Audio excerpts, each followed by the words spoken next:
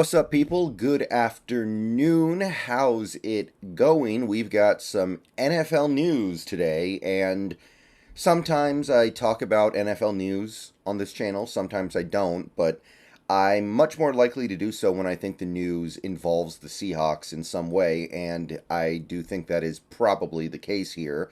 So let's talk a little bit about what came down earlier this morning.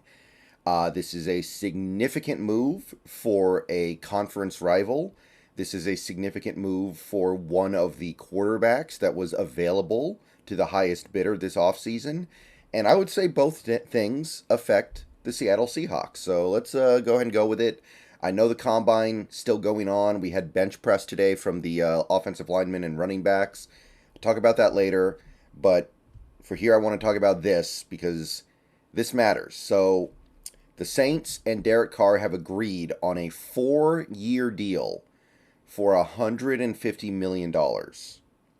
So basically $37.5 million a year.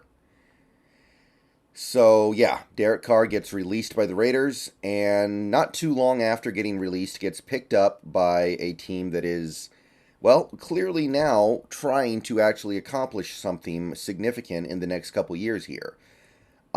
This contract doesn't look like it's going to be something the Saints can get out of for at least a few years. So they are committed to Derek Carr for a little while now. Now, this probably does mean that Jameis Winston is getting the axe, but I don't know how many teams would view Jameis Winston as a viable option to pick up to be a starter. So I don't know if this really injects another quarterback into the carousel. Most teams will probably view Jameis Winston as a backup. So I think this does remove a potential starting quarterback from the market, and it also takes the Saints off the board for acquiring any other type of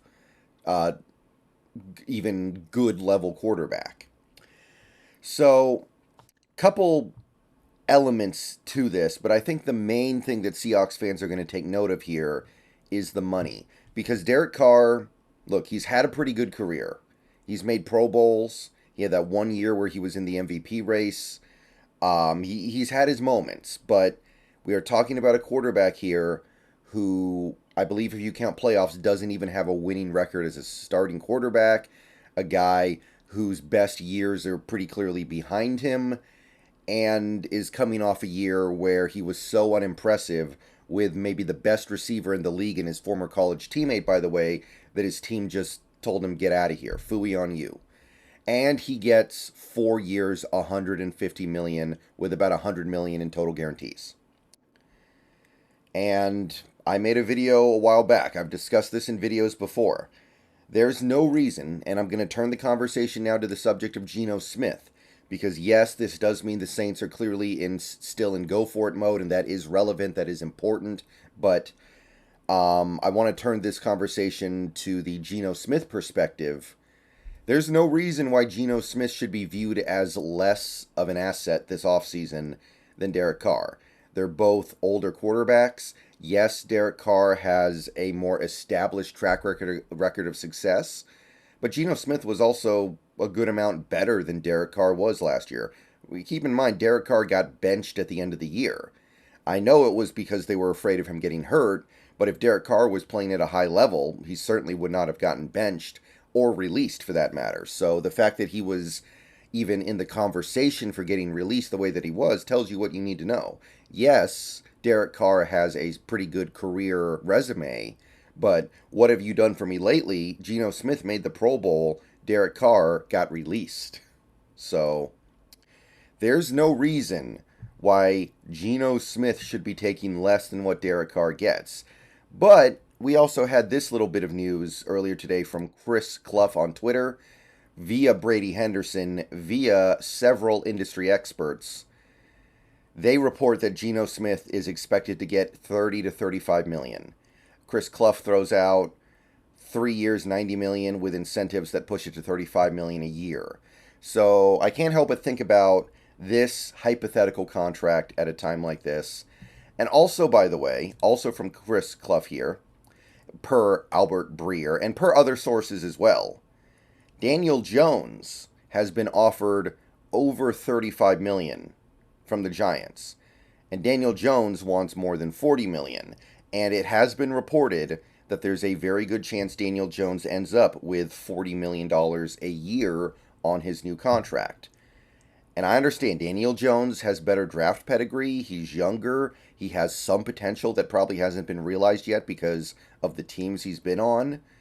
But at the end of the day, Daniel Jones is coming off a season where he averaged about 200 passing yards and less than one touchdown a game.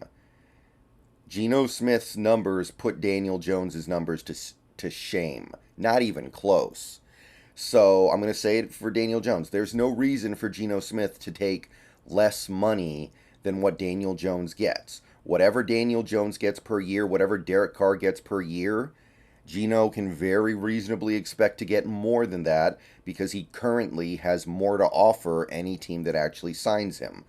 And yet, here we go. So, on the one hand, you could look at this and say, well, of course, Geno's asking price is going to go up because of what happened with Carr and because of what is about to happen with Daniel Jones. But on the other hand, while I do think that interpretation is valid, and while it's going to put some people off of the idea of getting Geno Smith back, maybe this is an indication, and we won't know until the ink is dried and the deal is done, that maybe there is some sort of reciprocation going on here between the Seahawks and Geno Smith. Maybe the reason why the Seahawks are supposedly not looking to franchise tag Geno Smith is because they already feel like a deal is going to get done. And there was a little bit of confusion on the video I posted yesterday about this. I want to be clear here. There is a difference between not franchise tagging so you can let him walk free out of respect and let him just go wherever he wants to in free agency, and not franchise tagging him because the deal is basically done. There's just a tiny bit of difference between the two parties. They know it's going to be done and they just don't want to bust out the big artillery. There is a difference. So maybe there's already an understanding that Geno Smith is not going to try to squeeze every dollar he can out of this. Maybe he just wants to be taken care of and make sure his family is taken care of. Maybe he's not going to sit there and say, hey, you guys have offered me, let's say the number's $33 million a year. I'm not going to throw a fit because I want 35.